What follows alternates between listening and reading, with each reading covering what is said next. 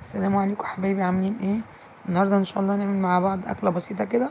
هي اساسا موجوده في التلاجة، بواقي اللحوم اللي في التلاجة. يعني وقت ما يكونش في اكل خالص، تلمي الحاجات اللي في التلاجة وتعملي احلى اكله تاكليها. هو انا دلوقتي كان عندي حبه كبده صغيرين وصباعين هوت دوج وكام صباع كده سجق. ففكرت اعمل ايه، رحت قلت بقى انا لازم اعمل الاكله دي، هيتوفر معايا. زي ما انتوا شايفين كده. معلش بقى، عندي شويه برد اهو. اوريكم اكلتنا الجميله دي. رحت بقى جبت بصليه حلوه كده. انتوا شايفين طبعا هي شكلها تفتح النفس، والله العظيم جميله. طبعا وقت ما يكونش فيه فلوس او في اكل في التلاجة او حاجه زي كده، تتصرفي وتعملي الاكل. طبعا جبت البصلايه اهي، خرطتها حتت صغيره. وتعالوا بقى معايا عشان اقول لكم هنعمل ايه. هسيبها كده تتشوح على النار في شويه زيت اهو. مش عايزاها تحمر ولا تبقى اللون دهبي ولا اي حاجه، انا عايزاها بس يا دوبك تتشوح وتدبل شويه. هخليها على النار بتاع 3 دقايق كده، وهوريكم المكونات اللي هنحطها عليها. يعني اي بواقي لحمه، حتى لو ما كانش الاصناف اللي انا بقولها دي، فانت ممكن تحطي اي بواقي عندك، بانيه، لحمه، اي حاجه انت موفراها او فايضه منك، هتعملي برضو الاكله دي اهو كده يا حبايبي. انا سايبه كده البصلايه تتشوح كده. هي اتشوحت اهو. دول الحاجات اللي كانوا عندي اهو، مش زي ما انتم شايفين كده. صباعين هوت دوج على شويه كبده على صباعين سجق. وهنعمل احلى طبق واحلى اكله هناكلها كده من ما فيش، من بواقي عندنا في التلاجة، من الفياضه اللي بتبقى موجوده من الاكل لسه ني.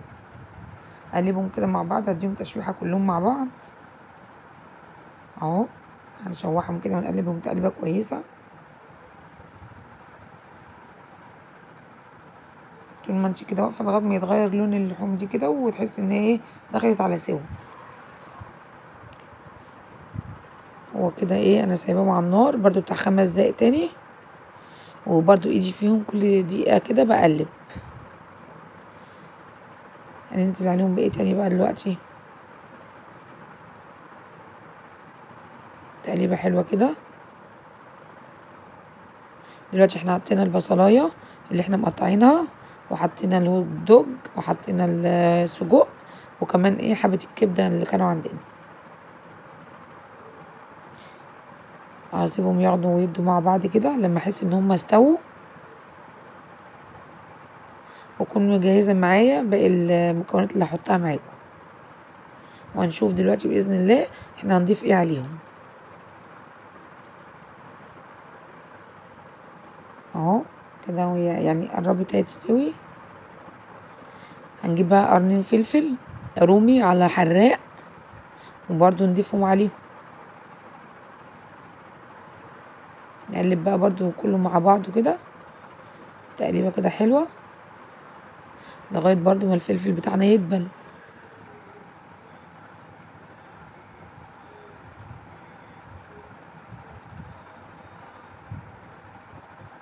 كده قلبنا الفلفل مع بعض، هنسيبه بس دقيقتين يدبل كده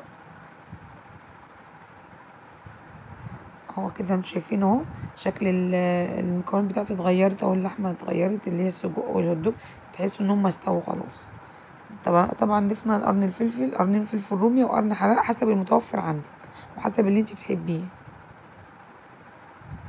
دلوقتي انا هوسع كده مكان صغنن دي معلقه توم مفروم.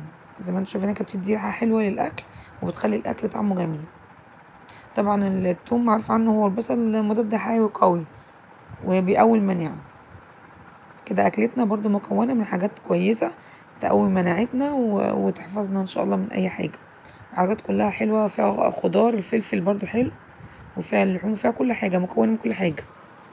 كل حاجه تخلي الاكله بتاعتنا طعمها حلو. دلوقتي شويه ملح كده، تظبطي الملح برضو، نديهم كلهم كده تقريبا مع بعض بالثوم اللي احنا حطيناه، معلقه الثوم المفروم. نسيبهم برضو ياخدوا ويدوا مع بعض دقيقتين.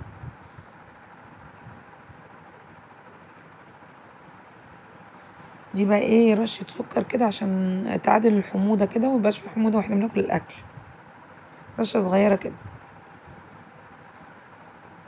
ناخدهم تقليبة كمان كده. باقي بقى مكون واحد هنضيفه ان شاء الله بعد ما نقلبه مع بعض كده. كده ايه هو النور قطع عندي كده بقى، استنى ان شاء الله يجي. هو قطع يعني مش بيقطع، لا ده هو شويه كده صغيرين وبيجي. دلوقتي احنا ضفنا ايه المكون التالت وهي الطماطم. طماطميتين حلوين كده خرطناهم قطع صغيره وهنقلبهم كلهم مع بعض زي ما انتم شايفين كده حبيب قلبي. تحطيها بقى بسندوتشات فينو، تحطيها في عيش بلدي، والله طعمها بسم الله ما شاء الله لا قوه الا بالله. وقبل كل حاجه زي ما اتعودنا بنسمي بسم الله ونصلي على رسول الله صلى الله عليه وسلم. بصوا كده عليها الاكل شبهها عامل ازاي، بصوا كده شايفين، شايفين الحاجات الحلوه. ده بقى يوم يكون الاكل اللي عندك خلص.